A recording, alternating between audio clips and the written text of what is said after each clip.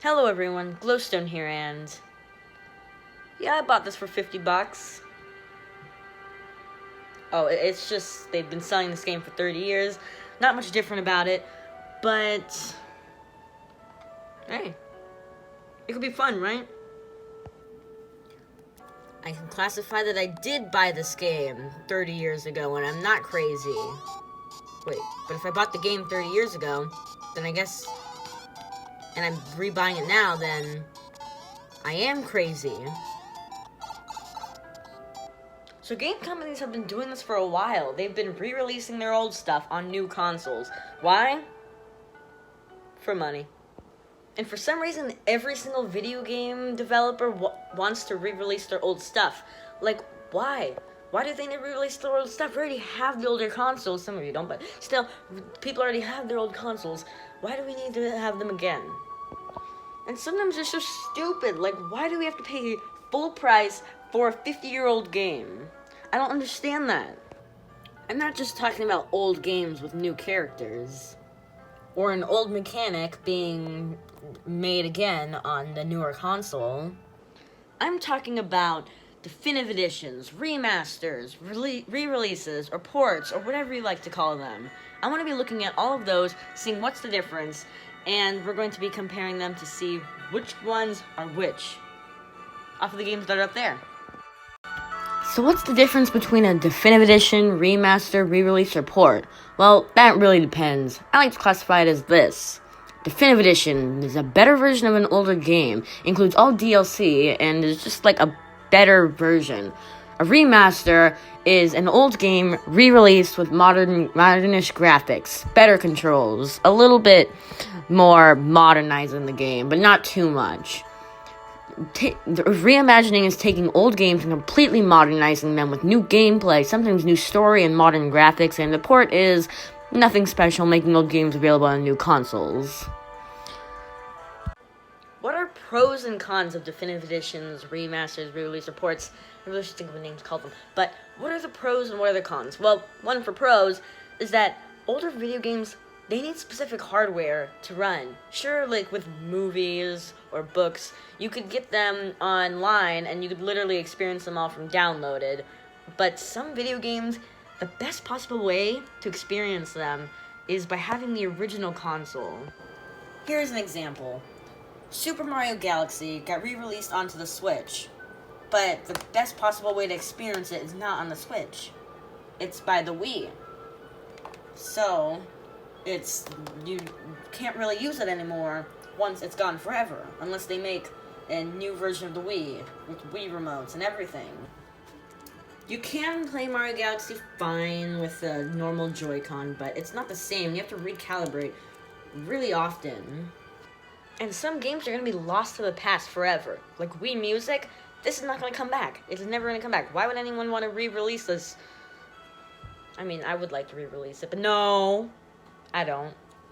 You didn't hear anything, right? Now, I do agree with most of you, though. These are getting way too much. It's fine to have these, but they should not interrupt the schedule of normal games. Especially with one company, Nintendo. And if you see my channel, you know I'm a big fan of Nintendo.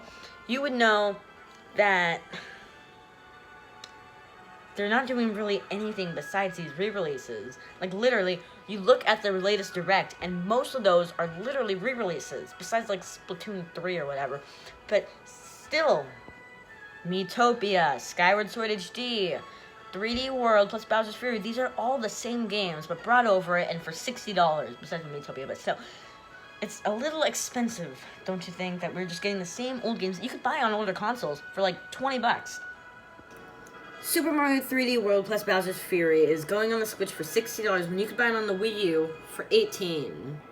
Miitopia for the 3DS is only $30. Hyrule Warriors is only $15, and I've seen it at stores for like $5. Skyward Sword is getting re-released for $60 when you could buy it on the Wii U eShop for $20. I think some companies nowadays are going a little crazy with the definitive editions. Like, why do we need this many? Like, that's really crazy. Now let's take a look at all these remakes, definitive editions, whatever, and put them on this category. Your definitive editions, remaster, ports, and reimaginings. First, Goat Simulator the Bundle. And this is more of like a collection of games rather than, so let's just make our own little thingy and move this under collection. Super Mario 64 DS. This is either like a remake or like a remake, but because they took a lot of stuff away from Super Mario 64 DS, but I'm pretty sure they added a lot more than they didn't add. So this is going in Definitive Edition. New Super Mario Bros. 2. At the time, this was a reimagining, but now it's the new game. The Legend of Zelda Ocarina of Time and The Legend of Zelda Majora's Mask. I'd say they're remasters. They're basically old games, but modernized a little bit, not entirely. The gameplay's still very much the same, but they were modernized. Nintendogs plus cats. This is very much a definitive edition. It's Nintendogs, but with cats. Now, I haven't even played Nintendogs plus cats yet. This is my brother's copy, but I will. This upcoming 7th, in 2 days, I will be getting this game. The Legend of Zelda The Wind Waker HD. This is probably going to be going in either the Definitive Edition or the remasters. It's going in the remasters. It was modernized quite a bit. The controls are still pretty much the same, but the graphics were very upscaled. Super Monkey Ball Banana Blitz HD, aka the Switch game that has the worst spine ever. This is an HD remake of an old game. It's probably going to just go in this. These are just probably the HD remakes. Let's just go in that.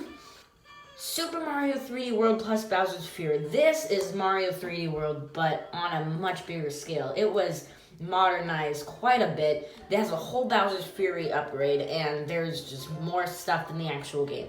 This is definitely in the Definitive Edition consoles. Super Mario Maker 2. This is basically the original game, but modernized quite a bit. The gameplay is still Mario Maker, but it's... I don't want to call it a demake, but there is definitely not a lot of stuff here as other things were. I'd say this is very much just a port. Even though it's pretty different, I'd just call it a port.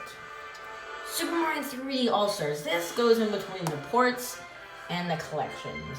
I'd say I'm just going to put this in ports. Also, I'm changing my mind. Super Mario Maker is in the remasters.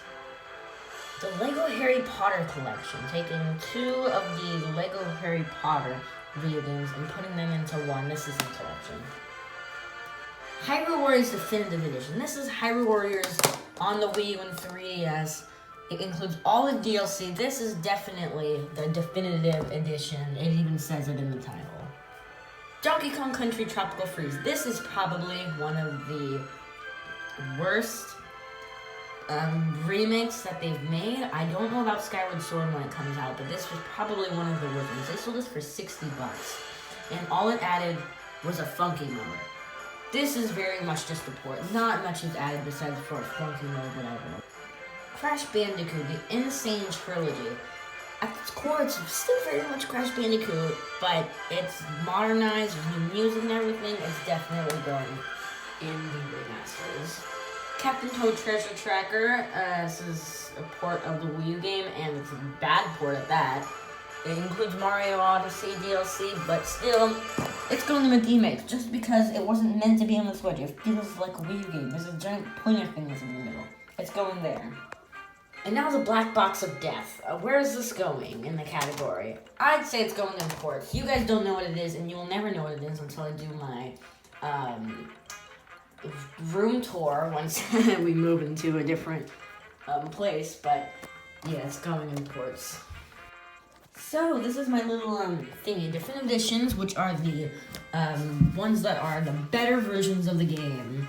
And they're like made very well, and they have a lot of new stuff added in. In this section, we have Super Mario 64 DS, Nintendogs plus Cats, 3D World plus Bowser's Fury, and the Hyrule Warriors Definitive Edition. And the remasters, which are just the old games, but the quality is made up quite a bit, and it's much more modernized. Is The Legend of Zelda: Ocarina of Time and Majora's Mask 3D, Wind Waker HD, Monkey Ball Banana Blitz HD, Super Mario Maker 2, Crash Bandicoot Insane Trilogy.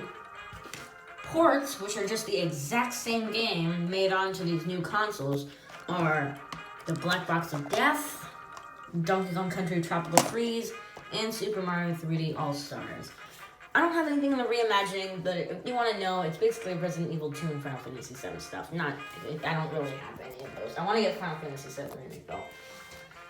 D-makes are Captain Toad Treasure Tracker. This is a D-make, otherwise it would probably just go in the port or the remake section or the remasters. But yeah, this is the worst version of the game because you have this giant little pointer thing that's on the screen at all times, and it's very annoying. D-make. And in the collections, we have Goat Simulator, the Goaty, or the bundle, and Harry Potter collection. And over here on the floor, we have New Super Mario Brothers for the DS. So, definitive editions. What do I think of them? Nintendo, Sony, Microsoft, stop doing them.